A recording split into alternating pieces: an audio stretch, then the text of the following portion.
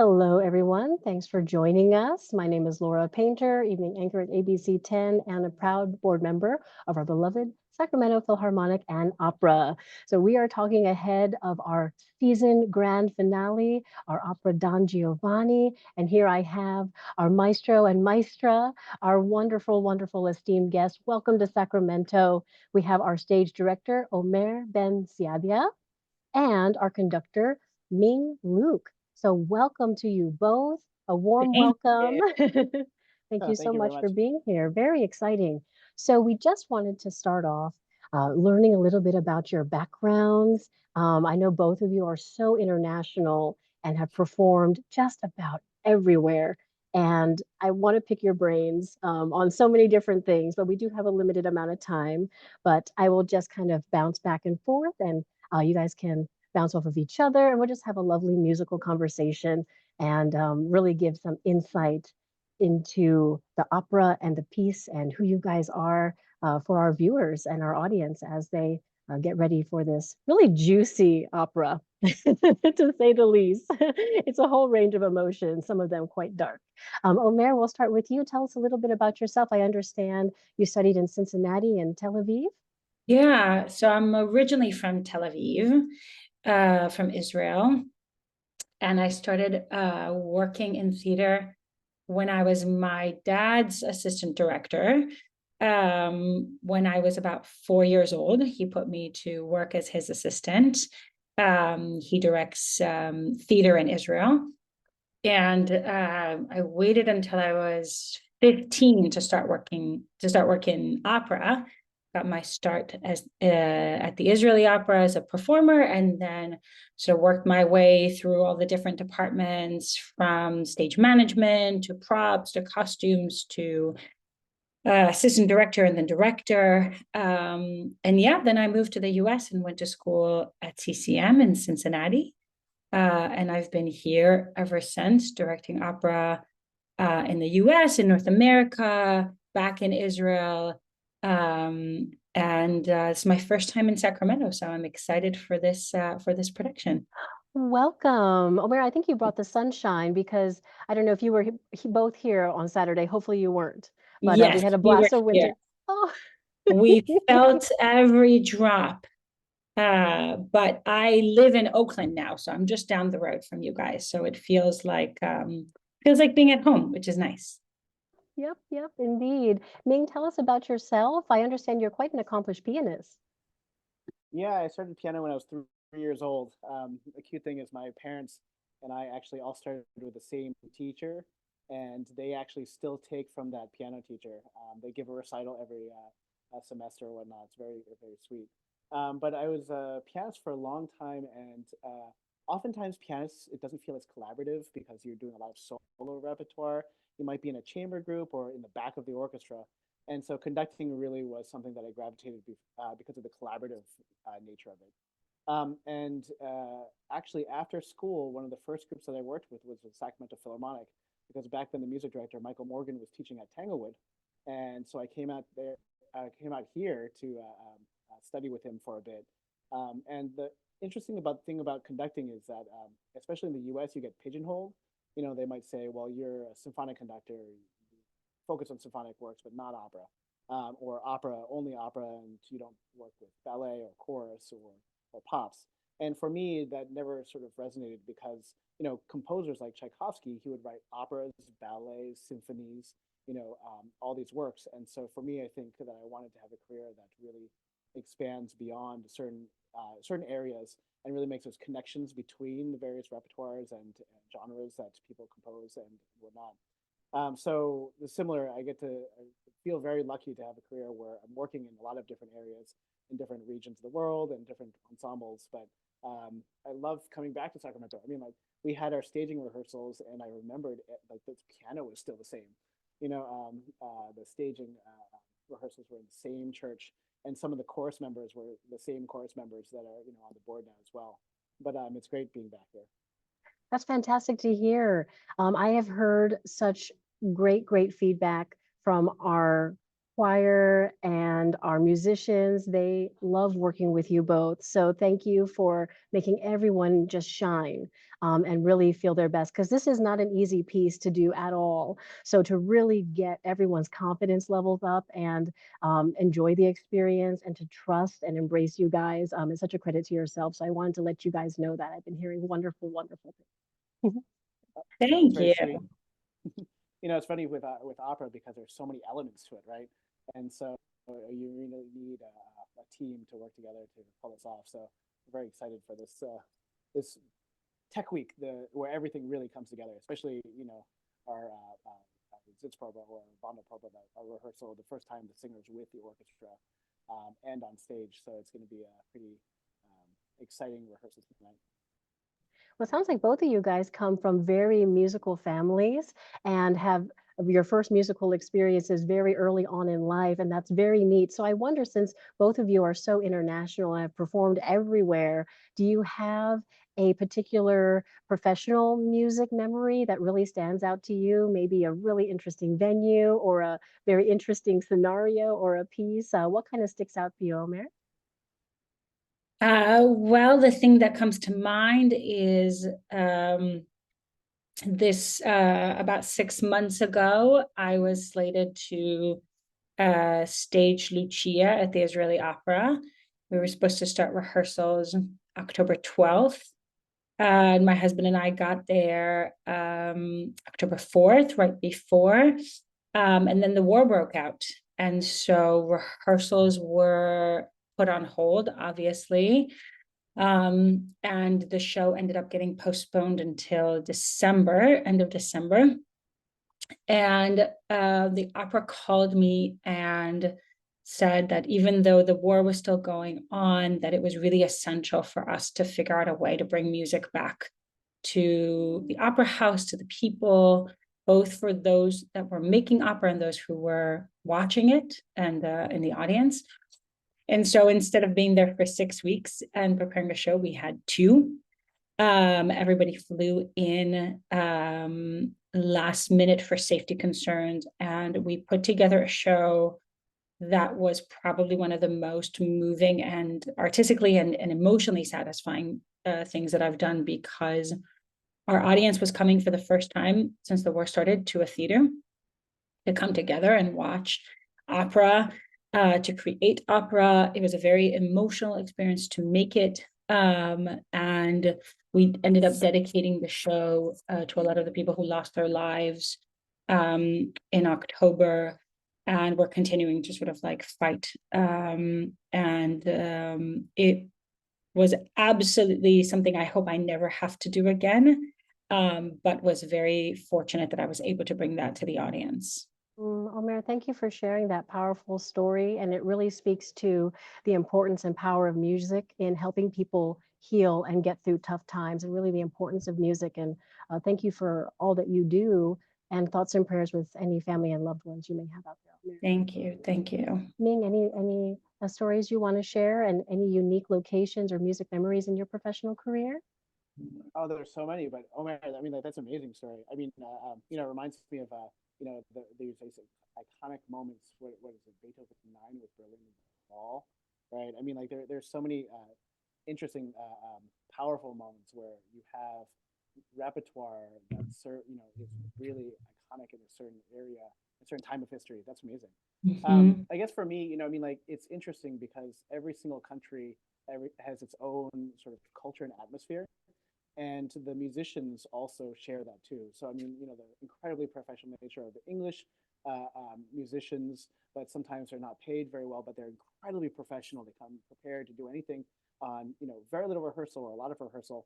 One of my favorites was in Russia. We San Francisco Ballet was going to do collaboration with the Bolshoi Orchestra, and so I don't know what happened, but they programmed all Russian repertoire, and so I had to go out there and coach and rehearse the Bolshoi Orchestra, the most iconic Russian orchestra, on Russian repertoire, which I have no business doing to them. But it was this phenomenal collaboration because they would sit here and they would say, well, that part is wrong because it's a Western part, but it got mistranslated, and it's actually, this is the right note, these are the right articulations. And it was this fantastic collaboration. But I'll never forget the second movement of the Shostakovich second piano concerto. And it starts off, and Shostakovich says piano, and it's only strings, and so it's soft. And the way we normally play it is, well, there's certainly markings that can say play much softer, like pianissimo or whatnot. It just says piano. And so they played, normally people just play a normal piano. It's very dark, and the piano comes in. It's like the light of sunshine coming through the clouds or whatnot. But the way the Bolshoi Orchestra played it, and they just said afterwards, well, this is how we play Shostakovich. It was like the most desolate, quietest, intense sound. And I was like, that is nowhere near like a piano. That is like the most incredible sound. Like, I'll never forget the sound that you hear. And I think that especially when you work with musicians of all different areas, they really bring something different, to the repertoire. And so, I was actually really glad to do Russian repertoire because it was like an education for me, right? It was just absolutely fantastic. But it really is wonderful, and opera is phenomenal for that because you have people that are from various countries, all over different backgrounds, and then you get stuck together, for a few weeks, all collaborating to do this fantastic production. It's a lot of fun to get to know people from all different regions. Cool. Well, thank you. Go Phrase ahead. together. I think that's pretty accurate. Yeah. Yeah, you guys only have such a short amount of time, but you're such greatly trained professionals that you all make it happen, and we're all just in awe. So let's speak about the music and the production that's going on and what we can expect on Saturday. Let's first focus on the music, the composition. Ming, what are we talking about here with Mozart? It is so rich, so difficult. As they said in Amadeus, too many notes. But so many notes, I like to say, so many notes to enjoy. What are your thoughts, Ming? How did you help the orchestra tackle this? Can you give our audience just a little bit of an idea of what we can expect to the difficulty level and the mastery required for this piece? Sure. I mean, I think that the beautiful thing about masterworks like Don Giovanni or anything, a lot of things that Mozart and other great composers work, is sort of the amount of layers in between. So there are these in the opera, obviously, there's all these characters and the way they interact. They each have solo moments, but they also have duets, trios. There's a sextet that's fantastic, a quartet that's amazing.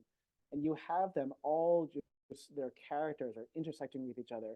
And musically, it's just the way Mozart weaves it all together is absolutely fascinating.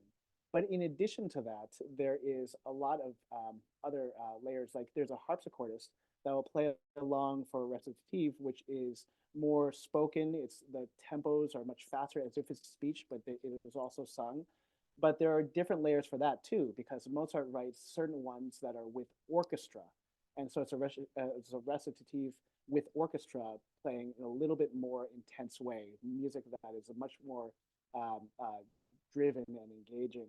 And then you also have, the dry recits with the harpsichord, where the characters are just fully in their characters, interacting with each other. So there's a guy, his name is Ronnie Greenberg, one of the most fantastic keyboardists.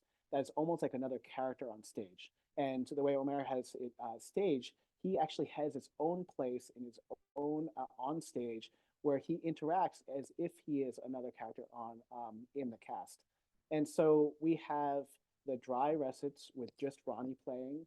We also have a cellist that might join him for a little bit. We have the orchestra that might join in for another level of intensity to the recits. And then, of course, you have the sung arias and all the ensembles. There are just so many different ways that Mozart gets to play around with not only the music, but the characters and how they interact with each other. And so it's just a really full, fantastic, beautiful masterwork. Many people think like this is one of their favorites of not only Mozart's, but all of, opera repertoire. So it's going to be absolutely gorgeous, intense, like every range of emotion in this opera is just, it's going to be a lot of fun. And to work with the musicians, we have just a few hours with the orchestra alone to try to get it all prepared. And so they've been doing a fantastic job, and it's great to see them. Good to hear. Now, Omer, I want to ask you about the production. Are you taking us to 1700s Italy? Where are we going? What is your vision for this? And what can we expect? So we are actually staying right here. One of the great, incredible qualities of Mozart is that he is as relevant today as he was when he was writing And there is very little translating that you have to do culturally and emotionally from what it is that he wrote to where we are right now in 2024. So what we've done in this production is we're highlighting the orchestra. And as Ming was saying, sort of like highlighting, putting them on the stage with the performers. So instead of what you're sort of typically used to is the orchestra is hidden inside of the orchestra pit and the singers and the action happens on stage, we've kind of created this gray area where the orchestra and the singers are all playing together in one space. And so it highlights both this great ability of this orchestra, but also this world that we're creating that is kind of surreal and abstract and not necessarily literal. We've updated this production to be a modern setting because it was important to sort of highlight how much the themes of this piece feel so current to all of us. And so really what it is that we're watching is this person who, in the pursuit of liberty and ultimate freedom, goes about destructing the lives of everyone and everything around him until the community around him rallies together and decides to stop him. His reign of terror and manipulation has come to sort of its climax, and then it's the women in the show who bring about his demise, which is very satisfying to watch. And I think we can all fill in without being too literal about it. I think we can all see modern equivalences to it. And there's something very gratifying at sort of watching it all play out. It's a real nail biter. I mean, it's one of those things that no matter how many times Ming and I have done this and how many times the singers have done this, it still retains the same tension as you sort of are. It's the first time you've encountered the piece and you're like, how is it going to end? We all know how it ends. And yet the twists and turns that he puts us through are so worth it in that way. And we have an incredible cast. I mean, all of our singers are such incredible actors. They're such brilliant musicians, and they're such brilliant partners on stage. This is very much an ensemble piece. And so the interactions between the different relationships become so essential in this opera that watching them play off of each other is one of the most satisfying things to watch. And, you know, we're doing it one night only, which is sort of like a terrifying and thrilling experience. So the audience, as they're coming in to see it, are going to see something that has never been done before and will never be done before. So there's something kind of exciting about that premise to it all. Omer, you touched on so many themes as to why we keep coming back to this opera, you know, over the centuries, why it continues to resonate with people. Tell us about, let's expand a little bit more on the actors. How did you get them to, you know, how did you draw them out and, you know, really relate to their roles and bring out these characters? Can you pull back the curtain a little bit on that? Sure. I mean, I think one of the misconceptions about this opera is that it's a romantic piece. There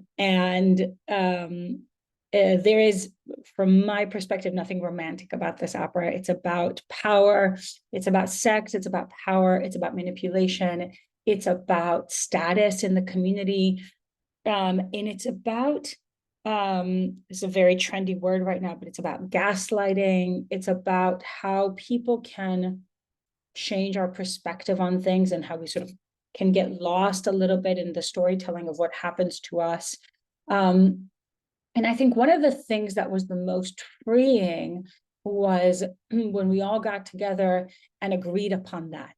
The fact that this is not about romantic entanglements, but rather about this man who has an insatiable appetite for men, for women, for food, for drugs, for power, for all of the above, and expanded kind of his scope. And then what it was is allowing the women in the show to act upon their real feelings about what it is like to sort of be in a relationship with this man who is manipulative, who is harmful, who lies and cheats and attacks and assaults and all of those things without having to be concerned with playing nice.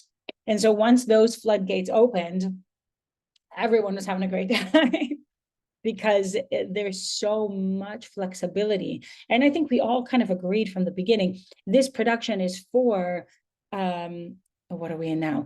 May 2024. And maybe 5 years from now, we'll read this text differently and we'll read this music differently. But for now, this feels like the right way to go about it. And I think once we all agreed on that, it was easy going from there. Oh, very enthralling description. I mean, that is just so, so interesting. And I so look forward to this performance on Saturday. We have just a few moments left, and I wanted to give you both a chance just to kind of let the audience know, what they should expect, something that maybe you're excited about. Any other last thoughts we wanted to share ahead, Ming? Sure. I have to go back to Ronnie because, in the music, it has very sparse. He has been given just like basic chords.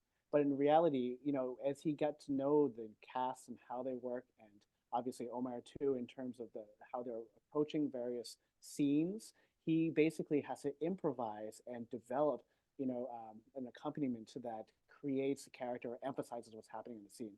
And so I think it's fun for the audience to know that much of what he's playing is actually made up. It's like it has a certain structure, but he's actually, creating that character, which is really wonderful. And because he's like right on stage, it's wonderful to watch him. So. Oh, Omer?